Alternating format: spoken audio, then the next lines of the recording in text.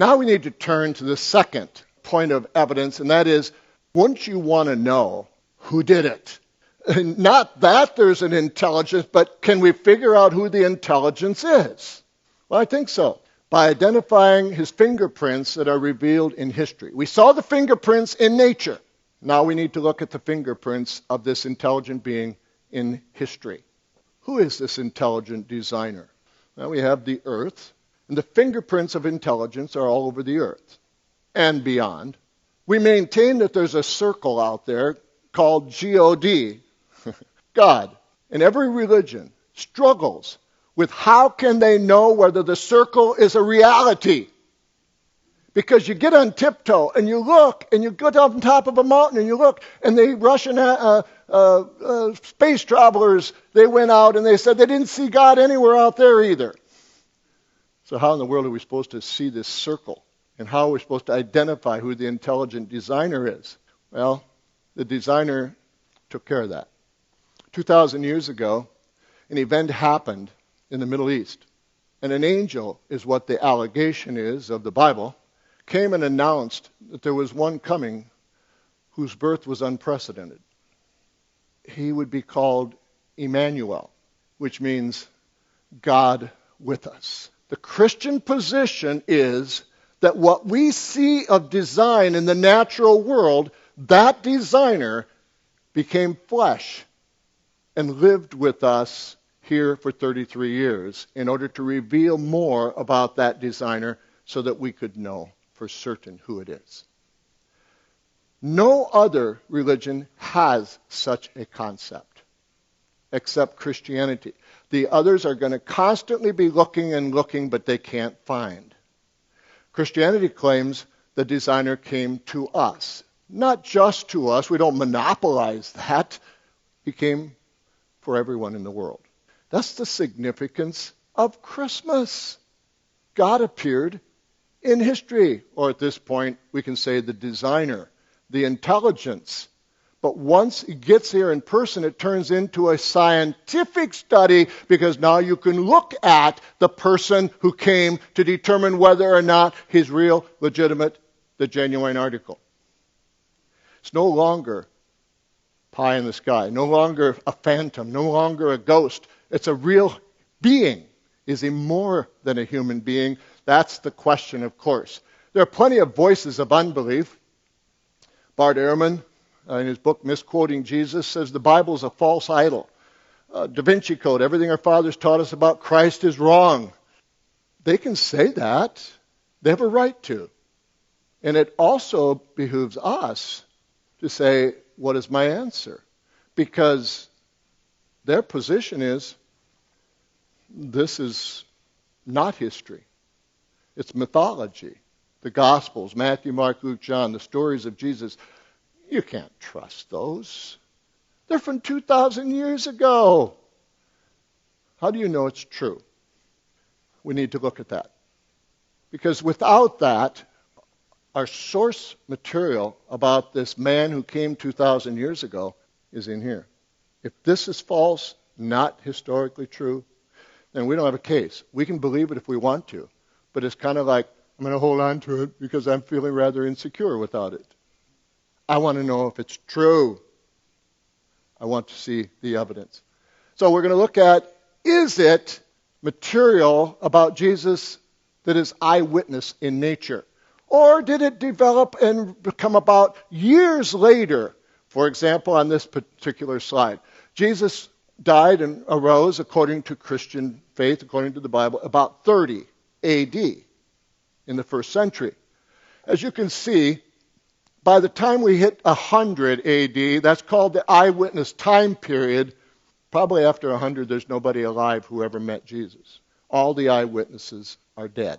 If we're claiming this is eyewitness material about Jesus, then we've got to prove it was written in the eyewitness time period. The consensus of scholarship prior to the last 40 years was that it was written down here after at least 3 generations of verbal or oral transmission. And guess what? All the material we have from down there 160 on into the 3rd century, are usually classified as legends. And if Matthew, Mark, Luke, and John are also from that time period, how are you going to separate them from the legends? For example, the Gospel of Mary Magdalene, the Gospel of Philip, the Gospel of Judas, the Gospel of Philip, none of which are in the Bible.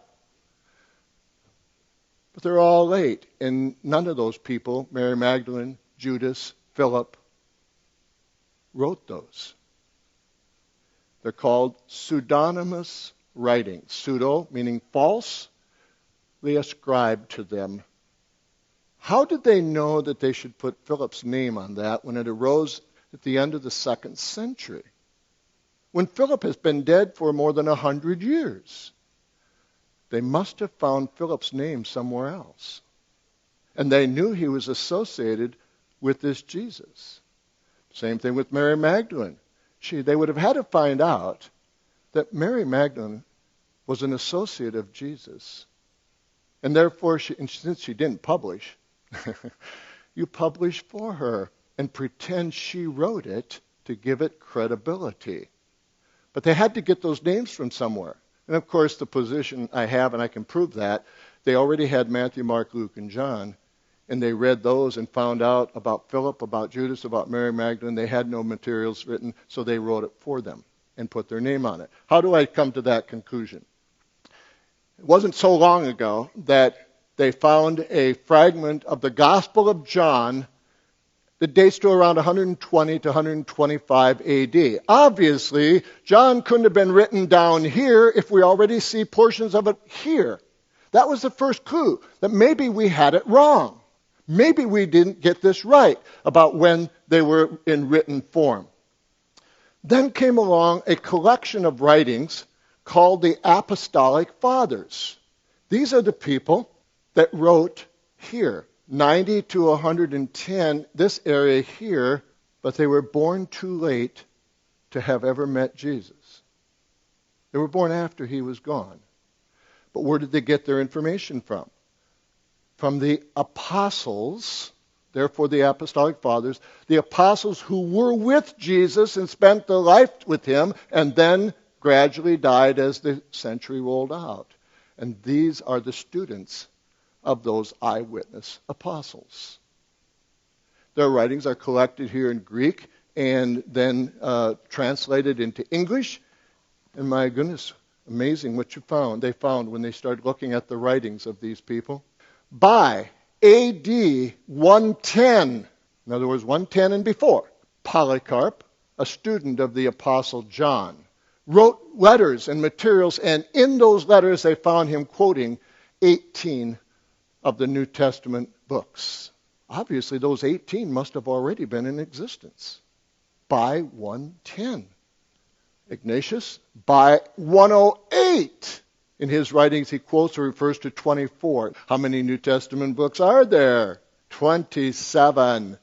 In other words, Ignatius quotes all but 3 of the New Testament books, so that almost the entire New Testament must have been in existence by 108 in written form. Finally, Clement. By AD 96, we're now in the 1st century, he refers to 11 books, including all the synoptics of Matthew, Mark, and Luke. The others refer to even John in their time frame. What this tells us is that at least 25 of the 27 New Testament books must have been in circulation by about AD 95 and had to have been written prior to that in order to be available. And as the slow process was of scribal copying of these, there would be nothing to distribute if they didn't arise earlier and they had time to copy these. Therefore, we are well into the eyewitness generation, but it even gets better. In recent times, there have been fragments being found like this one. The Magdalen manuscript, found at Magdalen College, Oxford University. They didn't even know they had it or what they had, but Dr. Karsten Peter Thede identified that as a portion of Matthew's Gospel from about AD 66. We're within 36 years of Jesus' life itself. And it's already in written form. Not in oral transmission, because the concern about oral transmission, like a fish story, it gets bigger and bigger over the years. They exaggerate. But when you write within the eyewitness generation, you're also writing to your enemies, who would be like to do no better than to show that you are wrong. To exaggerate is to destroy your credibility when the eyewitnesses are persecuting you, and would like to find that as well.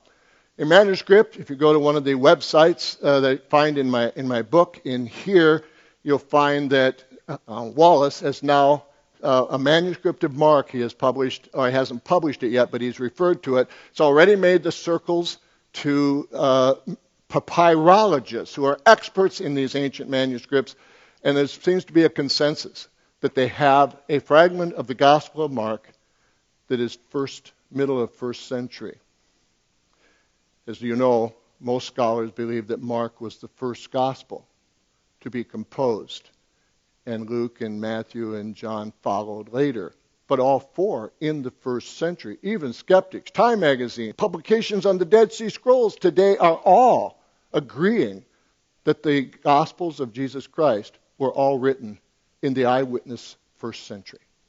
So our first question, our first test of whether or not these records should be trusted in any way, we want to make sure they came from eyewitnesses and not having legendary sources from a later century.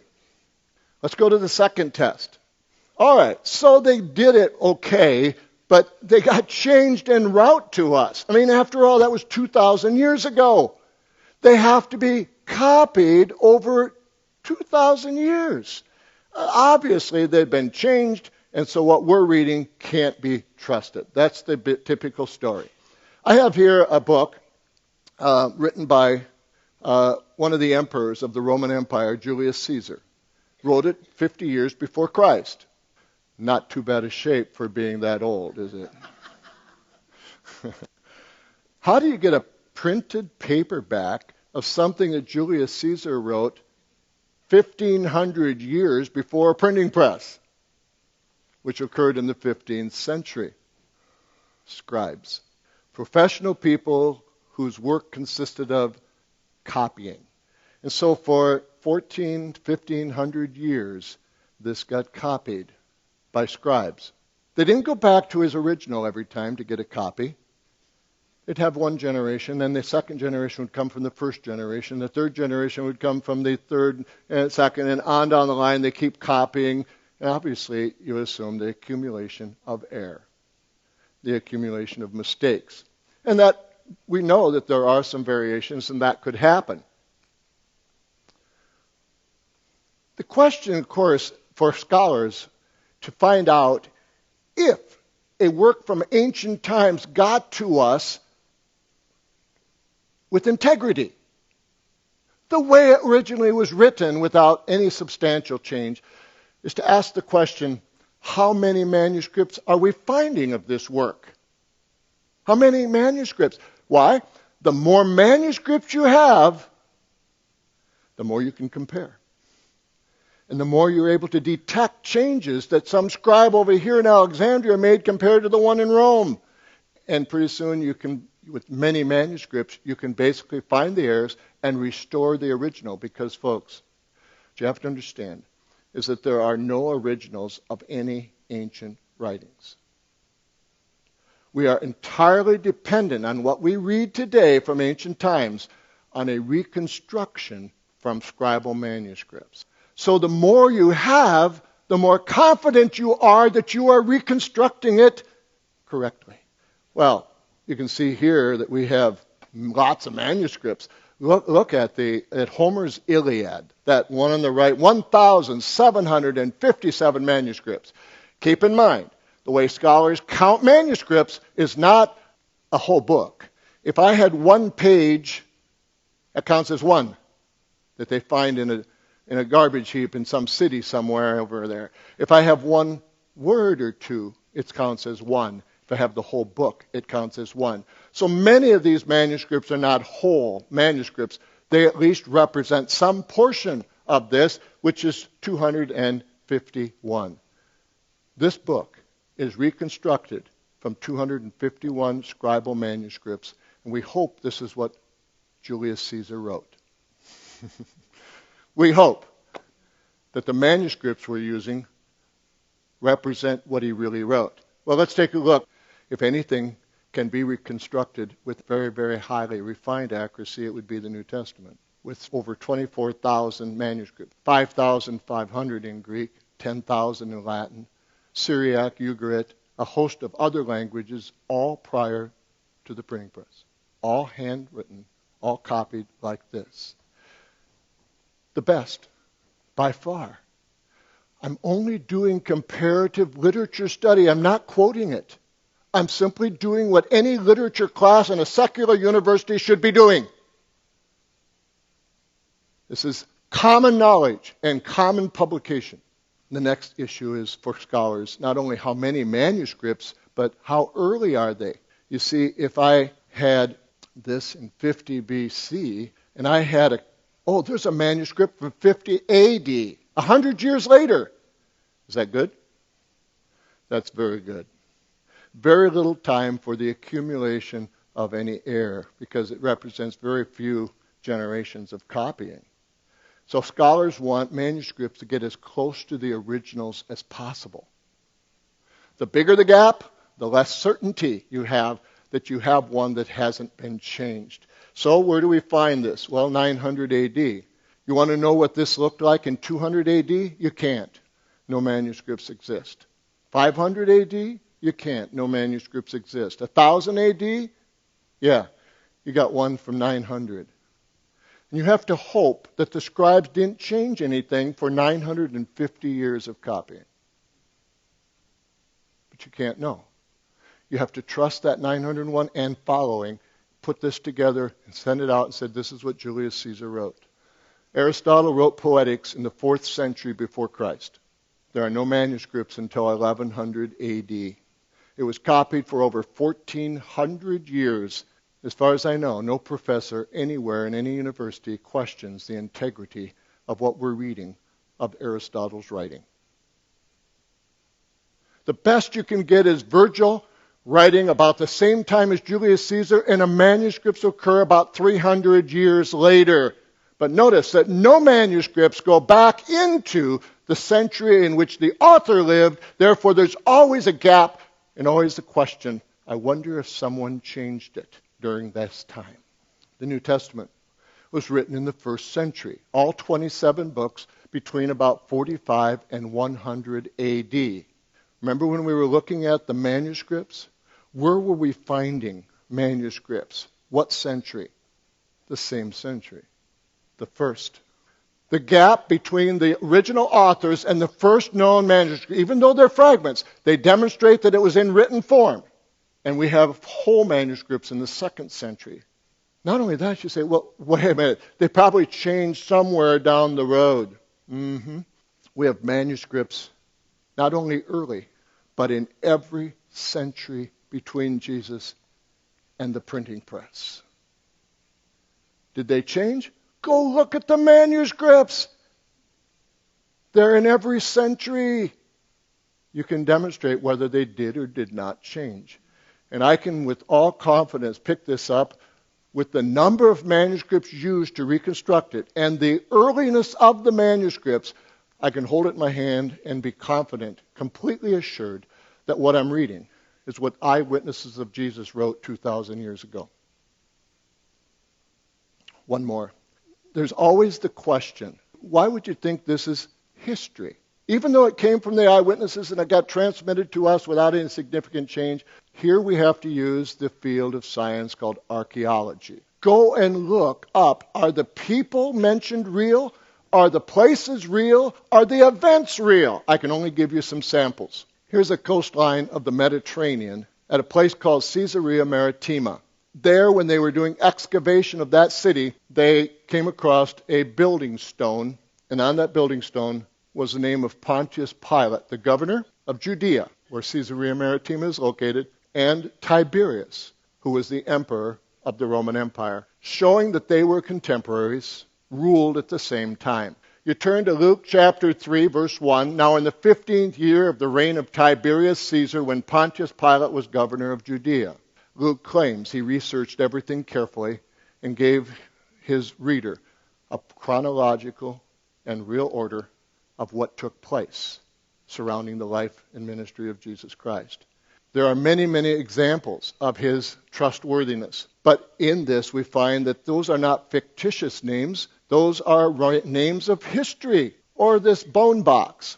For a period of about 100 years, from 30 years before Christ to about 70 A.D., when the Romans came and destroyed the temple and overthrew Israel, they practiced the concept of secondary burial.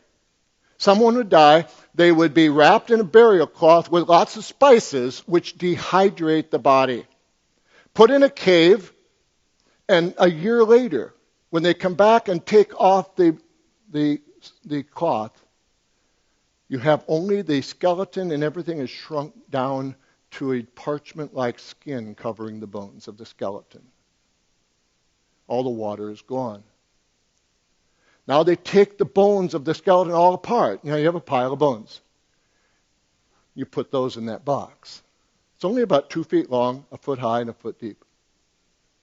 Just big enough so like the hip bones and stuff like that would be able to get in there and get the lid on.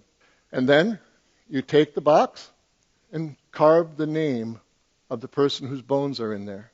And you put it back in the cave, line them up on the wall, it becomes their cemetery. If they own land and they have a limestone cave, that becomes the place where they put themselves and all their relatives. They were doing road construction in Jerusalem about 1990.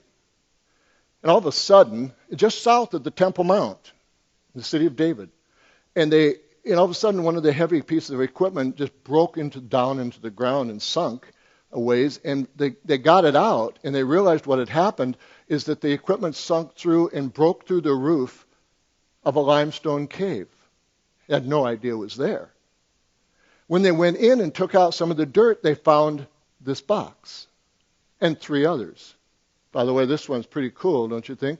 This person is either very famous or quite wealthy to have one carved like that. The name on the end was Joseph Caiaphas. Those who had seized Jesus led him away to Caiaphas, the high priest. Josephus, a Jewish historian late in the 1st century, writes about this same man, and he says he was not just Caiaphas, it's like our last name. He was Joseph Caiaphas, so we have confirmation from another writer that the high priest was Joseph Caiaphas. Everyone agrees what they had found was the burial cave of the high priest's family at the time of Jesus. The people in the Bible, in the New Testament at least, the Gospels, are real. They're not fictitious. They're not mythology. If you went up to Capernaum in the Galilee, you'd come to a synagogue. The synagogue is where Jesus taught according to the Gospels. Well, sure, there is a synagogue there, sure enough. Well, but maybe that was later. Well, yes, the one above here, this is probably 3rd or 4th century construction. But down where the arrow's pointing down here, this layer here dates to the 1st century. That was the floor of the synagogue in Capernaum that Jesus walked on and taught in. That's the synagogue that was there. The places that are referred to in the New Testament, in the Gospels, are real. You can go there. That's why people go there to the Holy Land, because they can trace the steps of Jesus, and the cities and the places and everything are still there. It's cast into history, not into mythology. The crucifixion was a point of contention for many people, because the Gospels have Jesus crucified with nails. Well, scholars knew that the Romans didn't use nails at the time of Jesus. They didn't start using nails until late in the 2nd century, and everybody agreed with that.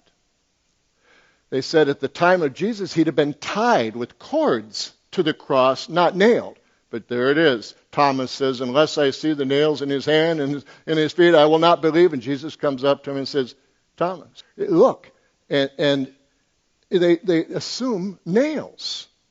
The scholarship said they're wrong. Obviously, they were not eyewitnesses, and they didn't know any better. Until another bone box was found in Jerusalem, had the bones of the ankles and feet and the nail still there, pounded through them. And when this was published in Biblical Archaeology Review, this person was crucified in Jerusalem somewhere between 25 and 42 AD. Remember, Jesus was around 30 to 33, right in the middle of that time period. The Romans were using nails. The scholarship consensus was wrong. The gospel writers were right. The events in the Bible are real. I give many more examples of that kind of archaeology in the second chapter of my book, Surprised by Faith. I'll tell you my story in just a moment. I was not a believer. I didn't trust this stuff. I was a devout evolutionist when I finished my PhD. Something happened that transformed and changed me. Let's take and go further before we get there. Once again, I'm only using the Bible to confirm what I've found from external evidence. Peter tells us in his second epistle, second letter, we did not follow cleverly devised tales when we made known to you the power and coming of our Lord Jesus Christ, but we were eyewitnesses of his majesty, and the external evidence supports him in that. What do I do with it then? I don't feel that I have to come to you and prove to you that this is the inspired Word of God. It's inerrant. It's infallible. I didn't prove that to you. I don't feel I need to. All I do is challenge you. All external evidence would remove almost all doubt that what you're reading is what eyewitnesses who were with Jesus heard him say and saw him do. All I'm demonstrating to you is that you have a historical record of the man who came 2,000 years ago, and to ignore that is not wise. To take a look at it as history and eyewitness quality. And you'll find that Jesus claimed to be God. He claimed to be within those pages according to the eyewitnesses who were there. Pretend you're taking a field trip and you're jumping into the shoes of the people who were there. And you're using their ears. They heard him say he was the Messiah. They heard him say he's God, Lord God. He's the I am, the name for God from Exodus chapter 3. The I am that I am, the one with the Father, one meaning equal to or the same essence as the Father. He's the person who says, I have authority and power to assure you of eternal life. He says, I have all authority in heaven and on earth. Why would you believe a guy like that? Maybe they should lock him up. It sounds kind of crazy until you jump in with your field trip and you start using your eyes. Through the people who were there, you see what he did. He demonstrated his power and authority over the entire moral realm of sin and evil, the physical realm of even bodily illness. He demonstrated his authority over death. On 3 occasions, he raised people from the dead, including, and fourthly, himself. Folks, the significance of that should not be missed. No one has ever demonstrated authority and power over death. And nature. I'm a scientist. These are the laws of nature. And Jesus is the lawmaker. On one occasion, there was a storm, and he simply spoke, and it became quiet, and they were afraid they were going to die out there on the Sea of Galilee. And their response was, who is this man that even the wind and the waves obey him? Call it mythology if you want, but you have to go back and say, how did mythology get in to the eyewitness writings at that time period? Because it didn't get added in any century after that. We can be assured of that because of the manuscripts. And his power over the spirit world. And when you get somebody with those qualities, you're not being a fool when you suggest that that's not just some man. A man, to be sure. But they identified the God-man. And that's what he claimed. That's who he said he was. And in his 3.5-year ministry, he demonstrated why it was true, why they should believe him. That's another whole story. If you ever have a chance, if you want to hear the rest of all that, it's a series that I call Discovery. And there I go into the evidence from Jesus' life and what he said and did and some other things as well. For this one, I need to wrap it up and bring it to a conclusion here.